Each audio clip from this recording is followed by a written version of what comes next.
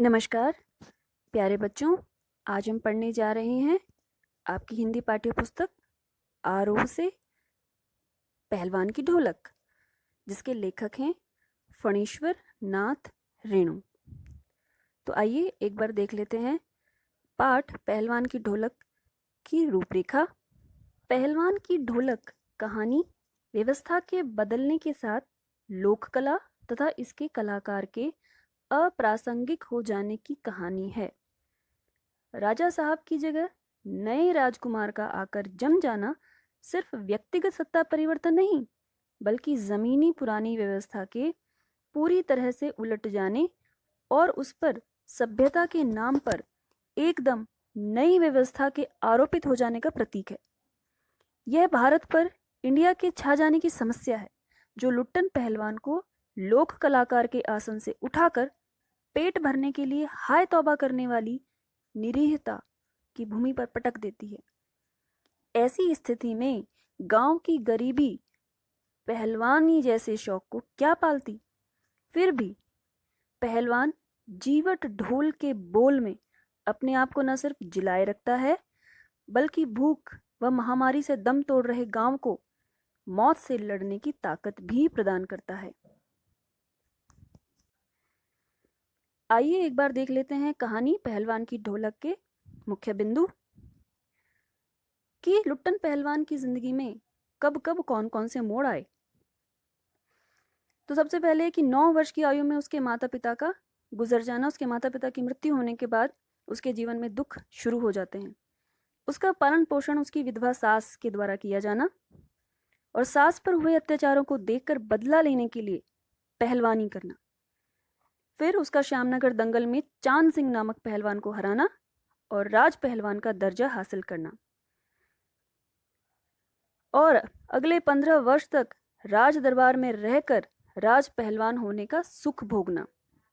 राजा साहब के अचानक स्वर्गवास के बाद नए राजकुमार द्वारा दरबार से लुट्टन को निकाला जाना और राज दरबार से निकाले जाने के बाद गांव लौटकर अपना अखाड़ा बनाना तथा ग्रामीण युवकों को कुश्ती सिखाना और उसके बाद अचानक सूखा एवं मलेरिया तथा हैजा जैसी महामारी की चपेट में आने से उसके दोनों पुत्रों की मृत्यु होना और आखिर में पुत्रों की मृत्यु के बाद लुट्टन का चल बसना, अर्थात उसकी मृत्यु हो जाना।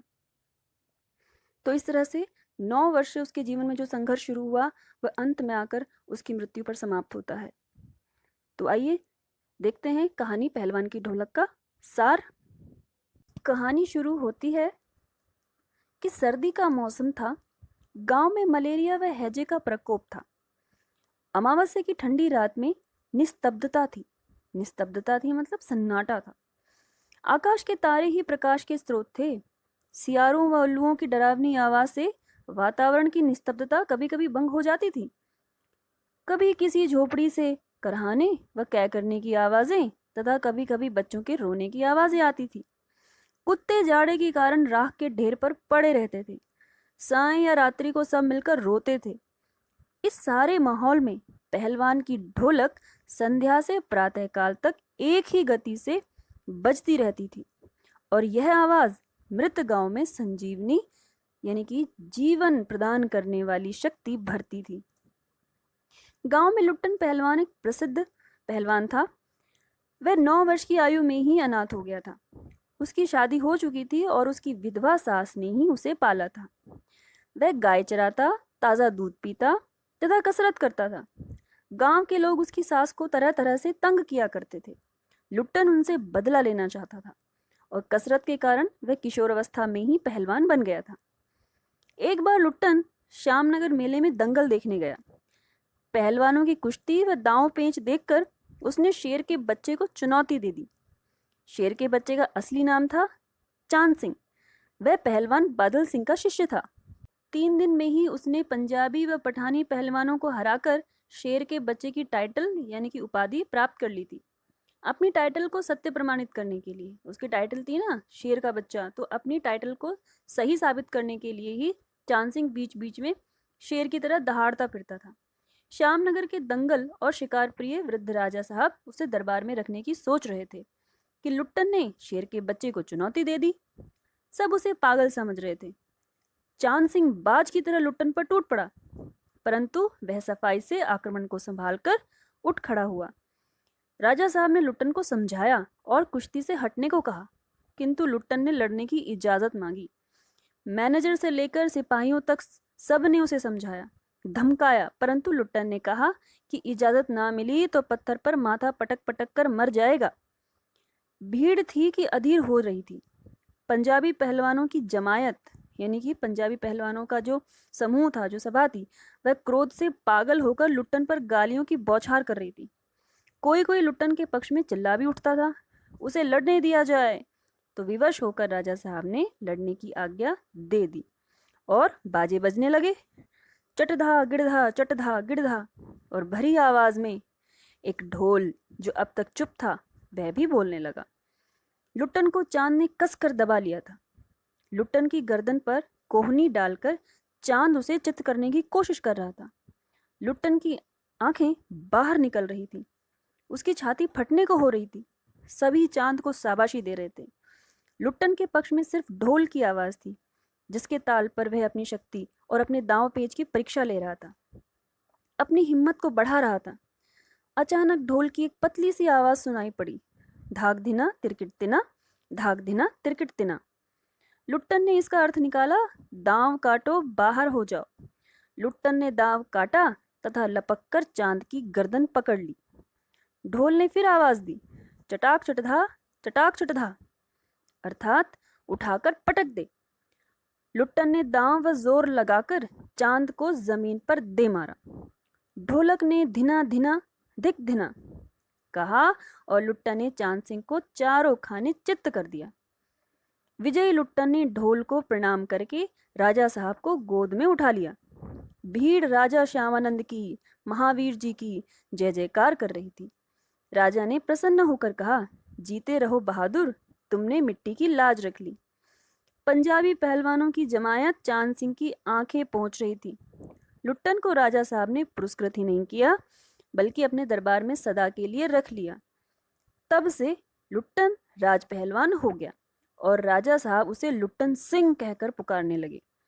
राज पंडित व मैनेजर ने लुट्टन का विरोध किया कि वह क्षत्रिय नहीं है, तो राजा साहब ने उनकी एक भी नहीं सुनी। कुछ ही दिन में लुट्टन सिंह की कीर्ति यानी कि उसका नाम दूर दूर तक फैल गया। उसने सभी नामी पहलवानों को पछाड़ दिया। उसने काला खां जैसे प्रसिद्ध पहलवान को भी हरा दिया। उसके बाद वह दरबार का दर्शनीय जीव बनकर रह गया, अर्थात वह कभी फिर लड़ा नहीं, फिर उसने कभी कोई कुश्ती नहीं लड़ी। लुट्टन सिंह मेलों में घुटने तक लंबा चोगा पहने, अस्त व्यस्त पगड़ी बांधकर मतवाले हाथी की तरह झूमता चलता। हलवाई के आग्रह पर 2 से रसगुल्ले खाता तथा मुंह में 8-10 पान की गिलोरियां ठूस, ठुड्डी को पान के रस से लाल करते हुए अपनी चाल से मेले में घूमता। वह बच्चों जैसे शौक रखता था। दंगल में उससे कोई लड़ने की हिम्मत नहीं करता। कोई करता तो उसे राजा साहब इजाजत नहीं देते थे। इस तरह 15 वर्ष बीत गए। उसके 2 पुत्र हुए। उसकी सास पहले ही मर चुकी थी और पत्नी भी 2 पहलवान पैदा करके स्वर्ग सिधार गई थी। दोनों लड़के पहलवान थे। दोनों का भरण पोषण दरबार से ही हो रहा था। पहलवान हर रोज सुबह उनसे कसरत करवाता और दिन में उन्हें सांसारिक ज्ञान भी देता। वह बताता था कि उसका गुरु ढोल है और कोई नहीं। और एक दिन अचानक राजा साहब स्वर्ग सिधार गए। राजकुमार ने विलायत से आकर राजकाज अपने हाथों में ले लिया। उसने तीनों पहलवानों को दरबार से निकाल दिया। लुट्टन ढोलक कंधे से लटकाकर अपने पुत्रों के साथ गांव लौट आया। गांव वालों ने उसकी झोपड़ी बना दी तथा वह गांव के नौजवानों व चरवाहों को कुश्ती सिखाने लगा। खाने पीने का खर्च गांव वालों की तरफ से बंधा हुआ था। गरीबी के कारण धीरे धीरे किसानों व मजदूरों के बच्चे स्कूल में आने बंद हो गए। अब वह अपने लड़कों को ही ढोल बजाकर कुश्ती सिखाता। लड़के दिन भर मजदूरी करके कमा कर जो लाते थे उसी से ही गुजारा चलता था। गांव पर अचानक संकट आया। सूखे के कारण अनाज की कमी हो गई तथा मलेरिया, हैजा जैसी बीमारियां फैल गईं। घर के घर खाली हो गए। प्रतिदिन 2-3 लाशें उठने लगी। लोग एक दूसरे को ढांढस देते तथा शाम होते ही घरों में घुस जाते। लोग चुप रहने लगे थे। उनमें बोलने की शक्ति समाप्त हो गई थी। ऐसे समय में केवल पहलवान की ढोलक ही थी जो गांव के अर्धमृत औषधि उपचार पथ्य विहीन प्राणियों में संजीवनी शक्ति भरती थी। एक रात उसने अपने बेटों के कहने पर उठा पटक दो बजाया, परंतु उसके दोनों पुत्र मृत्यु को हरा नहीं सके। वे चल बसे। उस दिन उसने राजा श्यामानंद की दी हुई रेशमी जांघिया पहनी और सारे शरीर पर मिट्टी मलकर थोड़ी कसरत की। फिर दोनों पुत्रों को कंधों पर लादकर नदी में बहा आया। इस घटना के बाद गांव वालों की हिम्मत टूट गई। रात में फिर पहलवान की ढोलक बजने लगी तो लोगों की हिम्मत दुगनी बढ़ गई। 4-5 दिनों के बाद एक रात ढोलक की आवाज नहीं सुनाई पड़ी। सुबह उसके शिष्यों ने देखा कि पहलवान की लाश चित पड़ी है। एक शिष्य ने आंसू पोंछते हुए बताया कि उसके गुरु ने कहा था कि उसके शरीर को चिता पर पेट के बल लिटाया जाए, क्योंकि वह कभी चित नहीं हुआ, और चिता सुलगाने के समय भी ढोल जरूर बजा देना। इससे आगे वह शिष्य कुछ नहीं बोल सका। तो प्यारे बच्चों, यह थी कहानी पहलवान की ढोलक। आशा है आपको समझ आ गई होगी। धन्यवाद।